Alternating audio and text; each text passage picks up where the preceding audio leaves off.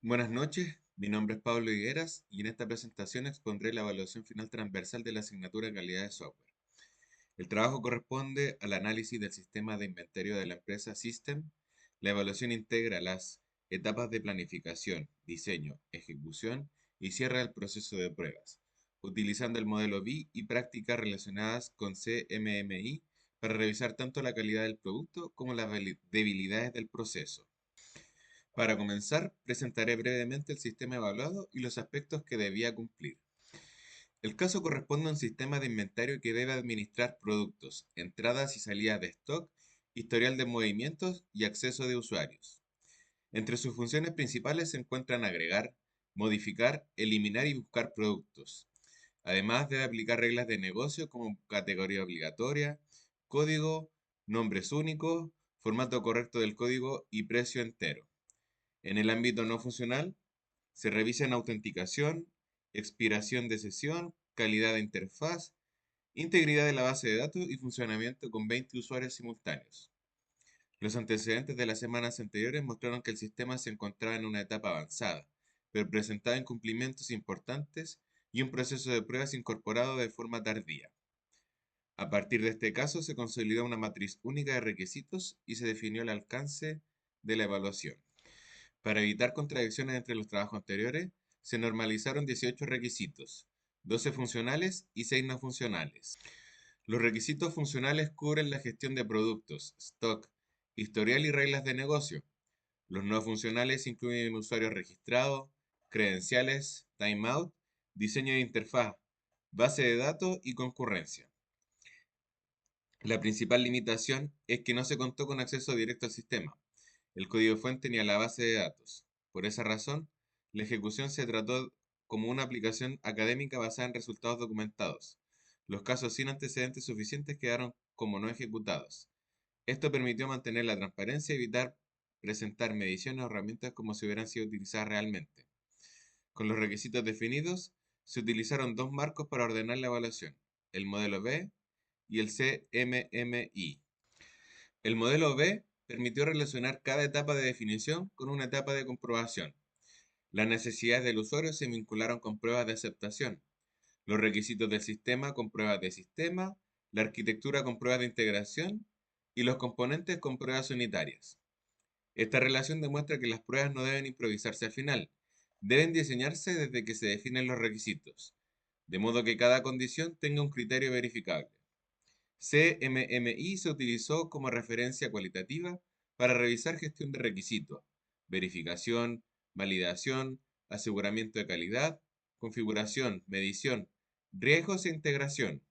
No se asignó un nivel oficial de madurez, porque eso requería una evaluación formal de la organización, entrevistas y evidencias de múltiples proyectos. Sobre esa base metodológica se construyó el plan de pruebas. La planificación definió objetivo, alcance, estrategia, recursos, entorno y criterios para controlar el proceso. La estrategia se basó en requisitos y riesgos. Se priorizaron los aspectos que podían comprometer la integridad de los datos, el stock, la seguridad y la continuidad operacional. Se incluyeron pruebas funcionales, negativas, de valor límite, integración, seguridad, base de datos, usabilidad, rendimiento y regresión. También se establecieron criterios de inicio, aceptación, rechazo, suspensión y reanudación. Para aprobar una versión se exige el 100% de los casos críticos aprobados, cero defectos críticos abiertos y una tasa general mínima de aprobación del 90%. Este porcentaje no es suficiente por sí solo. Un único defecto crítico puede bloquear la liberación. La planificación se complementó con un cronograma y una matriz de riesgos. La carta Gantt organizó la revisión del caso, normalización de requisitos, diseño de pruebas, análisis de resultados, gestión de defectos, cierre, elaboración de la presentación y grabación del video. Los riesgos principales fueron la falta de acceso al sistema, la ausencia de evidencias técnicas directas, la ambigüedad de algunos requisitos y el riesgo de confundir casos diseñados con casos realmente ejecutados. La respuesta principal fue separar con claridad tres categorías: evidencia documental disponible, diseño verificable y ejecución pendiente. Esta decisión metodológica protege la credibilidad del informe. Con la planificación cerrada, se desarrolla el catálogo de pruebas.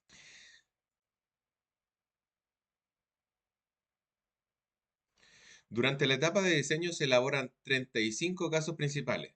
Algunos son parametrizados, por lo que contienen valores conjuntos de datos y producirán múltiples instancias de ejecución. El catálogo cubre el 100% de los 18 requisitos. Incluye escenarios positivos, negativos, valores límites, tablas de decisión, transición de estado, integración, seguridad, base de datos, rendimiento y regresión.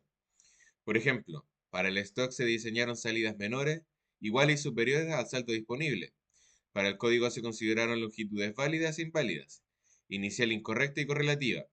Para autenticación se combinaron usuario registrado, contraseña correcta y estado de la cuenta. Es importante precisar que la cobertura del 100% corresponde al diseño. Tener un caso asociado a cada requisito no demuestra que el software haya aprobado. Al vincular estos casos con los antecedentes disponibles, se obtuvo el siguiente resultado de ejecución académica. Durante la etapa de diseño, de los 35 casos diseñados, solo 17 contaban con antecedentes suficientes para clasificarlo y 18 quedaron sin ejecución. El resultado fue de 4 casos aprobados documentados, 10 fallidos, 3 observados y 18 no ejecutados. Esto corresponde a una cobertura documental de ejecución del 48,6%.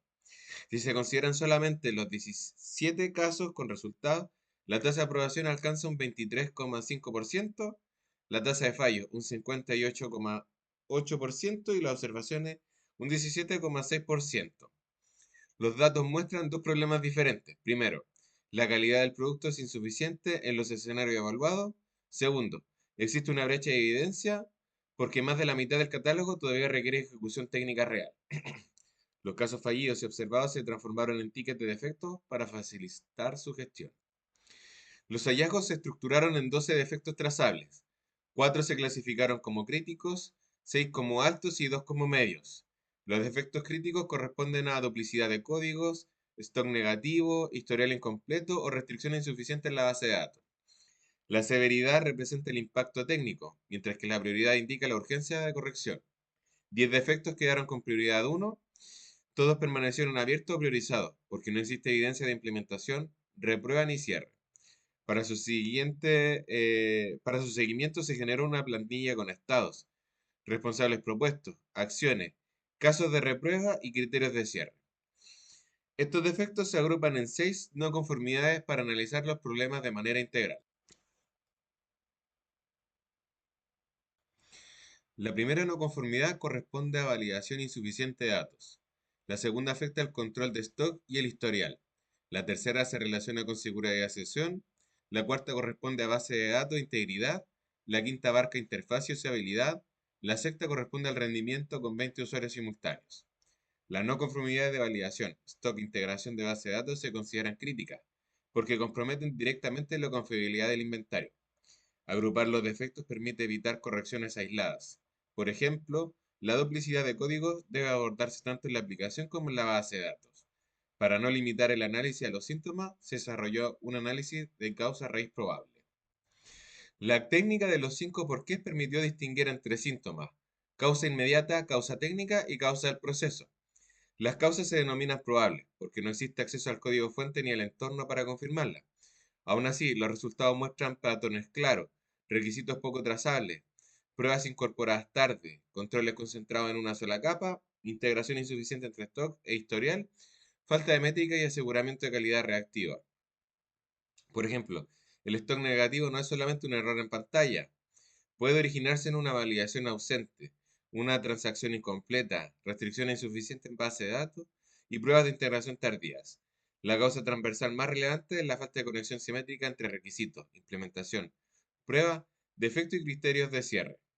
A partir de estas causas se definió un plan de acción correctiva y preventivas. Las soluciones propuestas combinan correcciones del producto con mejoras del proceso. Para las reglas de negocio se plantea validar en interfaz lógica y base de datos. Para stock e historial se propone una transacción única que valide el saldo, actualice la cantidad y registre el movimiento, revirtiendo todo si alguna etapa falla. La base de datos debe incorporar unicidad, tipos adecuados, clave, integridad referencial, permisos y script versionados. En seguridad se requiere timeout configurable e invalidación de sesión del lado del servidor. En interfaz se propone un checklist de ortografía, mensajes, consistencia y navegación. El rendimiento debe medirse en un escenario real de 20 usuarios, registrando tiempos, percentiles, throughput, errores y consumo de recursos. Ninguna acción debe cerrarse solo por modificación de código. Se requiere reprueba, regresión, evidencia y actualización de la trazabilidad. Con estas condiciones se comparó el estado actual con los criterios de liberación. La decisión formal es no aprobar la liberación de la versión documentada. Permanecen 4 defectos críticos abiertos, 10 requisitos incumplidos, 6 con cumplimiento parcial y 2 sin evidencia suficiente. Además, 18 casos no fueron ejecutados y no se realizaron pruebas ni regresión. Se activan los principales criterios de rechazo: datos inválidos, stock negativo, historial incompleto, base de datos sin integridad suficiente, ausencia de timeout, degradación de 20 usuarios y falta de evidencia completa. El sistema solo podrá reevaluar después de implementar las correcciones, ejecutar los casos pendientes, repetir los casos fallidos, completar la regresión y cerrar los defectos con evidencia objetiva. Finalmente, presentaré las principales conclusiones de la experiencia. Como conclusión, una cobertura de diseño del 100% no equivale a un sistema aprobado. La calidad requiere ejecución, evidencia, corrección, reprueba y regresión. El modelo B permitió relacionar requisitos con niveles de prueba, mientras que el CMMI permitió identificar brechas en el proceso, como gestión de requisitos, configuración, medición, validación y aseguramiento de calidad. El aprendizaje principal en que la calidad no se agrega al final, debe incorporarse desde la definición de requisitos, mediante criterios de aceptación, trazabilidad, prueba, control de cambio y mejora continua. Debido a la criticidad de los hallazgos y a la falta de evidencia completa, la versión actual no debe ser liberada. Muchas gracias.